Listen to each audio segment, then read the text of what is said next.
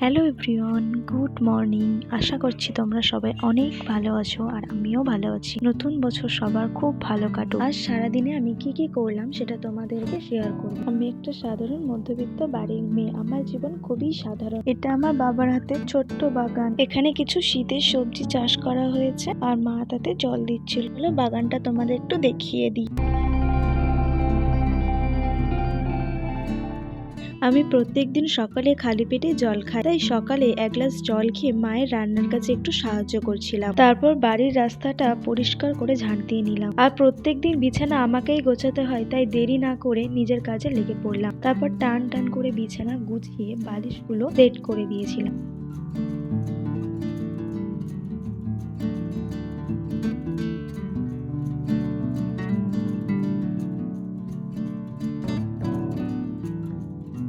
তারপর স্নান খাওয়া দাওয়া করে আমি আর মা বেরিয়ে পড়লাম আমার কলেজে। কিছু কাজ ছিল তাই আমাকে যেতেই হতো, আর আমি তো কোথাও একা যাই না, তাই মাকে নিয়ে গিয়েছিলাম। চলো যেতে যেতে তোমাদের আশপাশটা একটু ঘুরিয়ে দেখিয়ে দিই।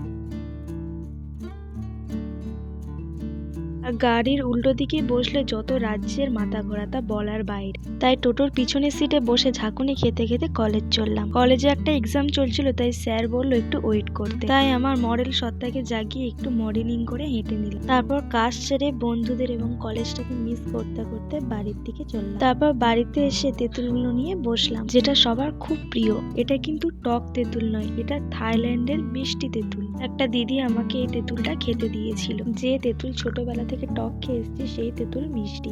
তারপর রং তুলে নিয়ে বসলাম দাদার বিয়ের আগষষ্ঠী বানাতে। প্রথমবার ট্রাই করলাম, কেমন হয়েছে তোমরা অবশ্যই জানিও।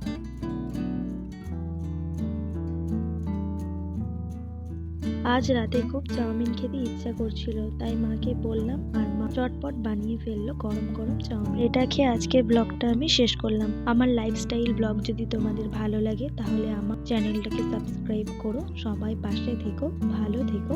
রাধে রাধে।